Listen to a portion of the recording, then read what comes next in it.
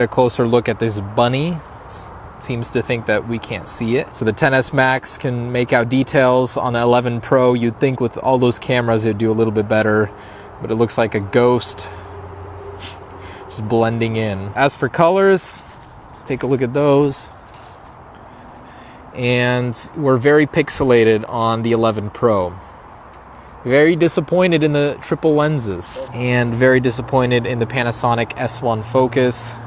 What a letdown. Dynamic range, non-existent. Look at that transition, beautiful. All right, so not what I thought. You know, I really thought that this thing would be better. Time to go back and make some changes. Hopefully in 4 days, we'll see the real deal. All right, guys, obviously it's a joke. This will be the best camera ever on the iPhone. You cannot compare this as, oh, only the top one here is the real one. The rest are duds. Okay. Cool, so we've established that cameras suck. I definitely think this design will grow on us. After you upgrade, you'll wonder how you lived with an iPhone without an ultra-wide lens. Even though it may not look very savory, you'll definitely learn to love it with time, just based on the functionality. And this gives us a pretty good preview, besides the placement of the Apple logo, of how it'll look. The closest look at the design so far. And I think I'm gonna break the screen if I try and remove it as, oh. Something happened. Okay, so it looks like the screws aren't even attached to the screen to begin with. Okay, so it's weirdly glued in up here. And the internals are different versus the last one. They're using a different type of PCB.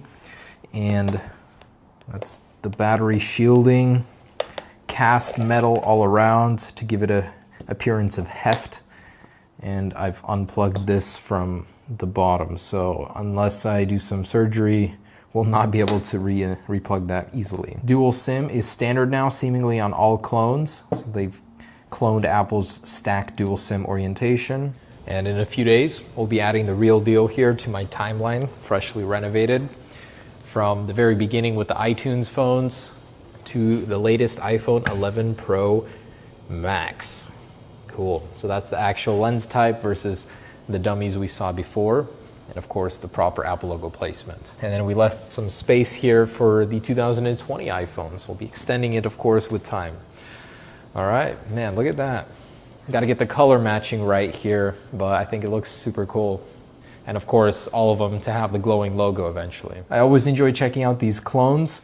We'll see the next version after the release, but guys, just a few more days. I cannot wait to see the iPhone 11 Pro. Hope you enjoyed the video. Peace.